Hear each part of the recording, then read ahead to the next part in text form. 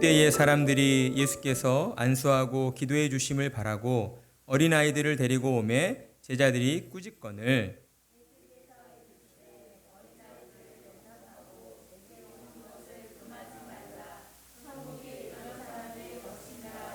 함께 읽습니다. 그들에게 안수하시고 거기를 떠나시니라. 아멘. 인류 역사 가운데에 인간의 완악함은 언제나 하나님의 말씀을 왜곡하는 형태로 드러나져 왔습니다. 하나님의 말씀을, 그러니까 성경의 말씀을 성경의 저자이신 하나님의 뜻대로 바르게 해석해야 하는데 그러지 아니하고 하나님의 말씀을 자기 입맛대로 자기 편할 대로 그렇게 해석해 왔다라는 겁니다. 우리가 함께 지난 주일에 살펴본 바리새인들의 모습이 그러했습니다.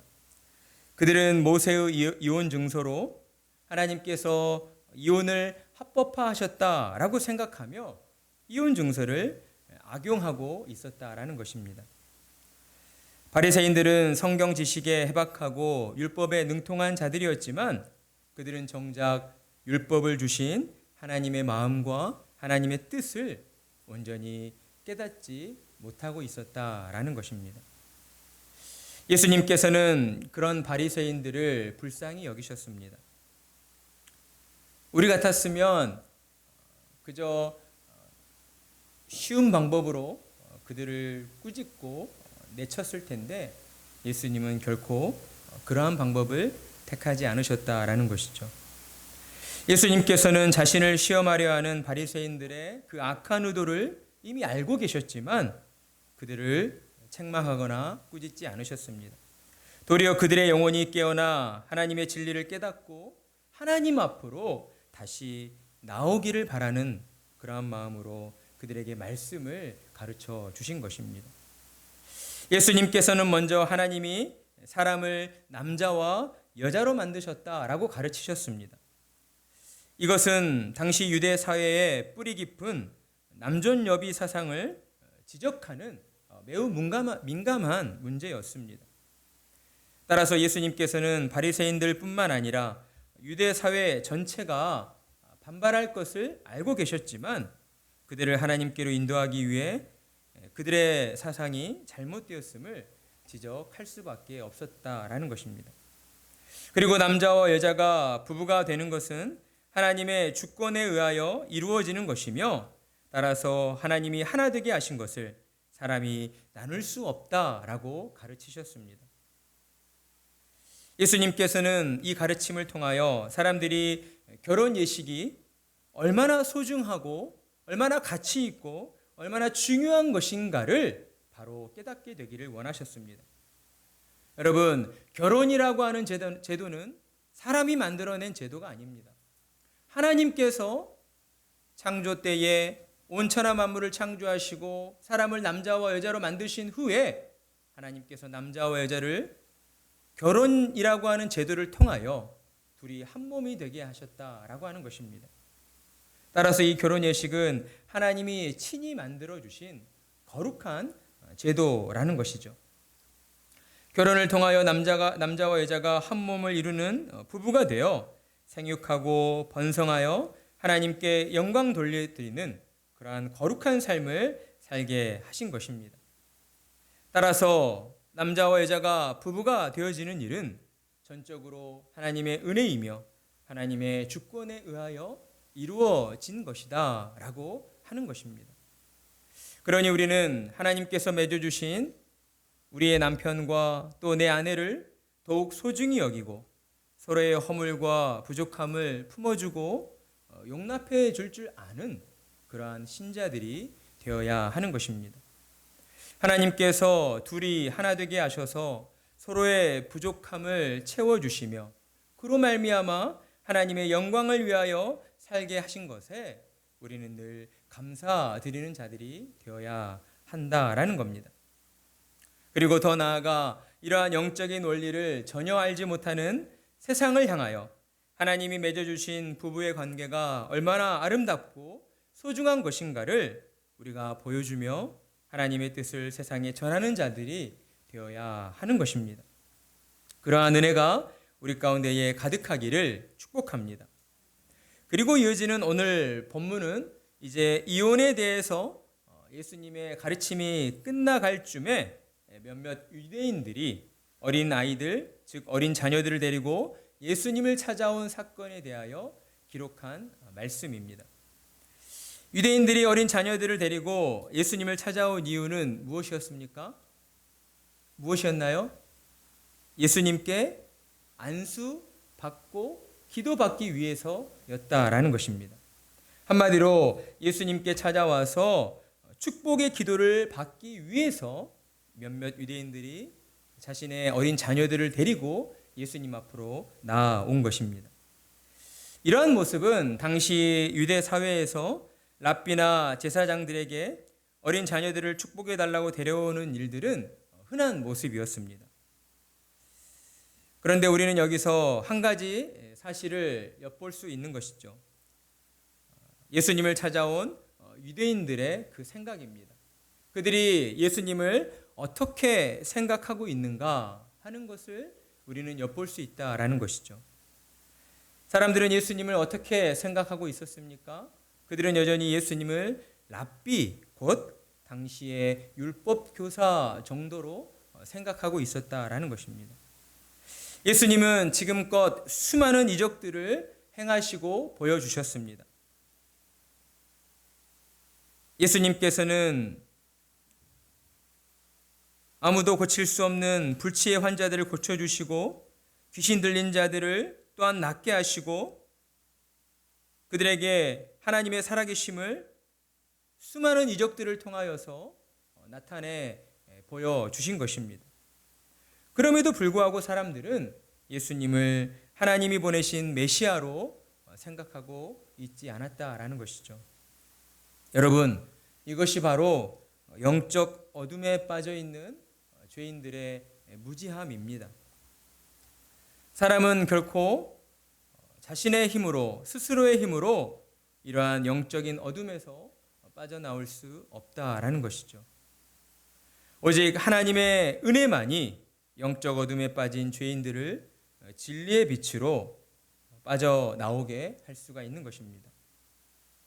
예수님께서는 이렇듯 영적 어둠에 빠져서 눈앞에 있는 예수님을 메시아로 보지 못하는 그러한 사람들을 안타까워하셨습니다. 예수님의 마음은 언제나 영혼들을 바라보고 계셨기 때문입니다. 그러나 오늘 말씀을 보면 예수님과 다르게 이 상황을 지켜보는 제자들은 다른 마음을 가지고 있었습니다. 제자들은 예수님을 찾아 나온 영혼들을 바라보지 못하고 그 상황과 현실을 바라보고 있었다라는 것입니다. 예수님께서는 분명 이전의 18장을 통해서 누가 천국에서 큰 자인가를 두고 논쟁하는 제자들에게 너희가 돌이켜 어린아이들과 같이 되지 아니하면 결단코 천국에 들어가지 못한다라고 가르쳐 주셨습니다. 따라서 제자들은 예수님께서 어린아이들을 얼마나 소중히 여기시는가를 충분히 알 수가 있었다라는 것이죠. 그런데도 제자들은 방금 전에 가르쳐 주신 예수님의 가르침과 교훈을 기억하지 못하고 건강한 자녀들을 데리고 축복 기도를 받겠다고 나온 유대인들을 쓸데없다라고 여기고 있었던 것입니다. 제자들은 천국은 어린아이들과는 전혀 상관이 없는 곳이며 어린아이들은 예수님을 귀찮게 하고 예수님의 일들을 방해하는 존재이다라고 여겼다라는 것이죠.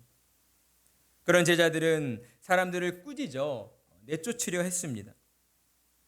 우리는 이와 같은 제자들의 모습에서 그들이 여전히 천국을 육신적인 눈으로만 바라보고 있다는 것을 알게 됩니다. 예수님께서 지금껏 수차례 천국이 어떤 곳인가를 가르쳐 주셨음에도 불구하고 제자들은 여전히 천국에 대하여 온전히 깨닫지 못했다라는 것이죠. 우리는 이것을 통해 무엇을 또한 알 수 있습니까? 하나님의 나라 천국의 진리를 깨닫게 되어지는 일은 그저 귀로만 열심히 듣는다 하여서 되는 일은 아니다라는 것입니다. 하나님의 영이신 성령께서 우리 가운데에 찾아오셔서 하나님의 말씀을 진리의 빛으로 조명해 주실 때에 우리는 하나님의 말씀을 온전히 깨닫게 되고 하나님의 나라 천국 비밀을 온전히 알게 된다라는 것입니다. 그러나 당시의 제자들은 아직 성령의 임재를 경험하지 못한 상태였습니다. 그러나 저와 여러분은 어떻습니까? 저와 여러분은 이미 성령의 임재를 경험하였습니다. 예수님께서 십자가의 죽음에서 부활하시고 승천하셔서 우리에게 보혜사 성령님을 보내어 주셨기 때문입니다. 따라서 성령님께서는 지금 이 순간에도 우리 안에 함께 계시며 우리에게 들려지는 하나님의 말씀을 깨달아 알도록 역사해 주시고 있는 것입니다. 그러니 우리는 언제 어디서나 성령님을 믿고 의지하며 성령님께 도움을 구하며 나아가야 합니다. 무엇보다도 우리에게 들려지는 하나님의 말씀을 온전히 깨닫게 해달라고, 하나님의 말씀이 우리의 심령 가운데에 뿌리를 내려서 우리의 마음의 중심이 하나님 외에 다른 곳을 향하지 아니하고 온전히 하나님만을 향하여 나아가도록 우리를 붙잡아 주시라고 간절히 기도해야 한다라는 것입니다. 그리고 또한 우리는 그 하나님의 말씀에 순종하여서 이 땅 가운데에 그저 육신의 정욕만을 구하며 나아가는 자들이 아니라 하나님의 말씀에 순종함으로 하나님을 기쁘시게 해드리고 하나님의 영광을 드러내는 그러한 믿음의 사람들로 쓰임받으며 나아가게 해달라고 간절히 기도해야 하는 것입니다.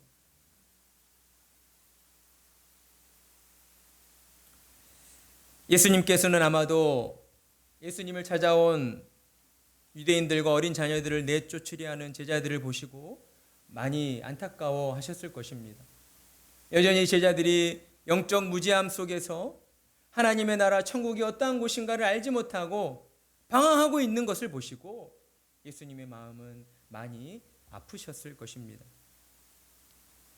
예수님은 다시 한번 제자들을 타이르시며 그들에게 너희는 어린아이들을 용납하고 내게 오는 것을 금하지 말아라 라고 말씀을 하십니다. 사랑하는 성도 여러분, 우리는 이처럼 제자들에게 하신 예수님의 명령을 새겨 들어야 합니다. 왜냐하면 우리 또한 죄로 부패한 연약한 본성을 지니고 있기에 우리도 모르는 사이에 세상의 가치관으로 사람들을 우리의 이익과 효율의 가치로 판단하려 들 때가 있기 때문이다라는 것입니다. 우리는 예수님의 이 명령을 통하여서 다음과 같은 교훈을 깨달아야 합니다. 첫째는 예수님께서는 예수님을 찾는 자를 언제나 기쁨으로 맞이해 주신다라는 겁니다.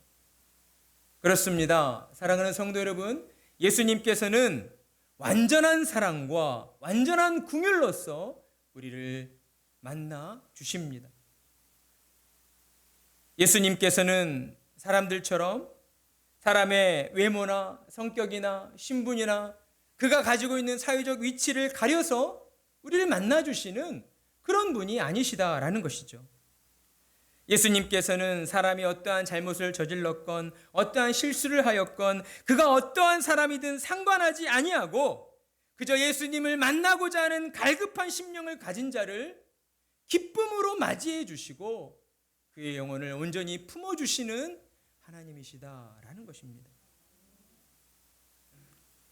그러니 우리는 어떠한 상황 가운데에서도 예수님을 찾고 예수님 앞으로 나아갈 수가 있는 것이죠. 자연스럽게 이어지는 두 번째 교훈은 무엇입니까? 그렇기 때문에 우리들은 언제든 예수님을 향하여 담대히 나아갈 수가 있다라는 것입니다. 예수님께서 갈급한 심령으로 예수님을 찾아 나오는 자들을 그 무엇보다 기뻐하시기 때문인 것입니다. 그러니 우리는 항상 이와 같은 생각을 가져야 합니다. 무엇보다 예수님께서는 우리와 같지 않다라는 것이죠. 예수님은 우리처럼 세상의 가치관으로 색안경을 끼고 우리들을 바라보시지 않습니다. 예수님께서는 우리가 가진 육신의 조건들, 성별이나 나이나 신분이나 학력이나 재력이나 세상에서의 성공 여부 등등을 따지지 아니하시고 그러한 것들로 우리를 판단하시지 않으신다라는 것입니다. 예수님의 관심은 오직 우리의 영혼에 있기 때문인 것이죠.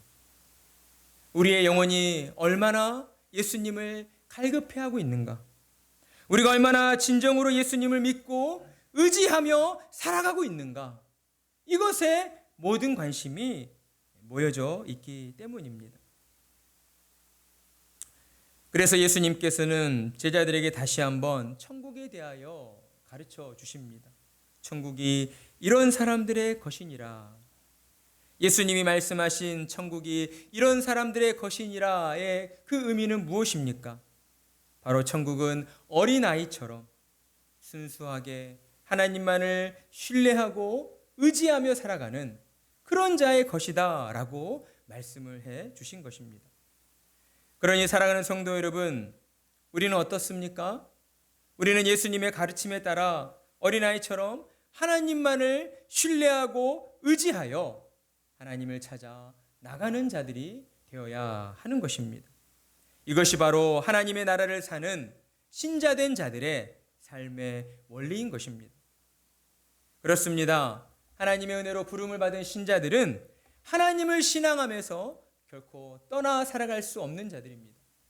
물고기가 물 밖을 벗어나면 죽게 되는 것처럼 사람이 공기가 없는 곳으로 가면 그저 힘없이 죽어지게 되는 것처럼 하나님의 은혜로 부름을 받은 신자들은 하나님을 신앙하는 그 은혜를 힘입어 살아가야 한다라는 것입니다. 따라서 저와 여러분은 무엇보다 예수님이 가르쳐 주시는 것처럼 천국이 어떤 곳인가를 바르게 알고 있어야 하는 것이죠. 왜냐하면 신자의 삶은 하나님의 나라 곧 천국 본향을 향해 나아가는 나그네 된 자들의 삶이기 때문입니다. 예수님은 천국은 어린아이처럼 자기를 낮추는 겸손한 사람들이 들어가는 곳이라고 말씀하셨습니다.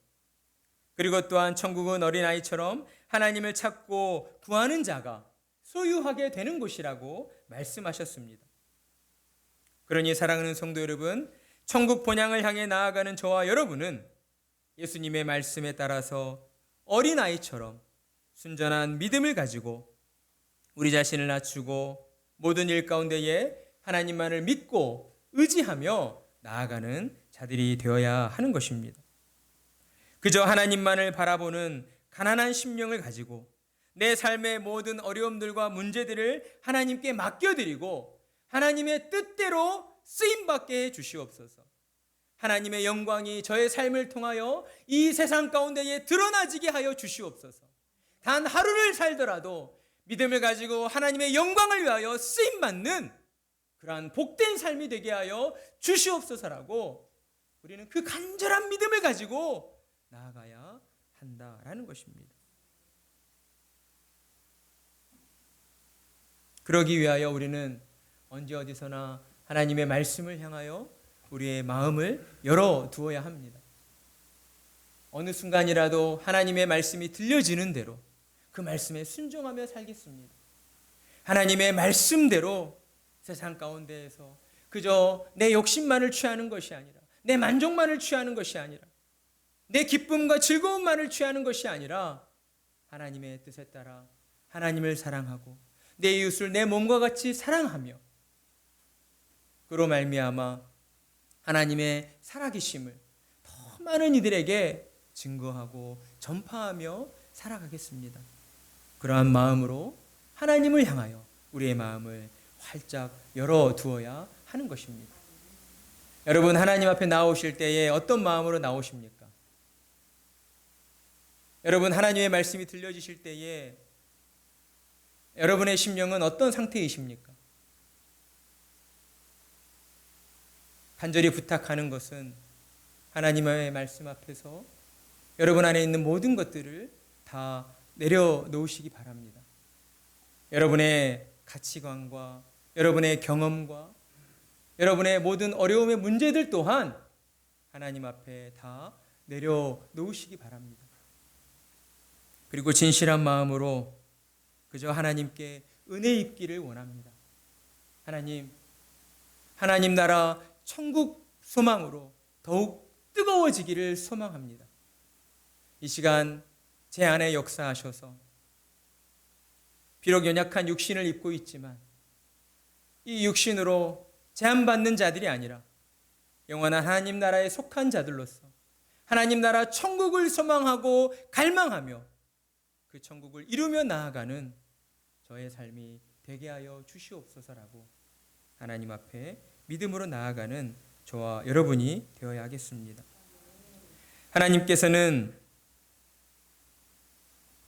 아무런 쓸모도 없는 저희들을 사랑하여 주셨고 우리 가운데에 예수 그리스도의 은혜를 허락해 주셨습니다. 하나님의 은혜로 말미암아 저와 여러분은 예수님을 믿게 되었고 하나님의 자녀가 되어 영원한 하나님 나라 천국을 바라보며 나아가는 참으로 복된 사람들이 되었습니다. 그러니 여러분 누가 뭐라 하든 여러분을 향하신 하나님의 그 크신 사랑만을 온전히 믿고 의지하며 나아가십시오. 하나님께서는 언제 어디서나 여러분 편이시며 여러분과 함께 하시며 당신의 자녀들을 통하여서 세상 가운데에서 영광 받으시기를 그토록 원하고 계시는 분이심을 믿음으로 바라보시며 나아가시는 성도님들 되시기를 바랍니다. 여러분 안에 있는 믿음이 하나님의 영광을 드러내 주시고 여러분의 모든 삶을 하나님의 기쁘신 뜻 가운데로 인도해 주실 것입니다. 그러한 은혜가 저와 여러분 가운데에 가득하기를 간절한 마음으로 축복합니다. 아멘.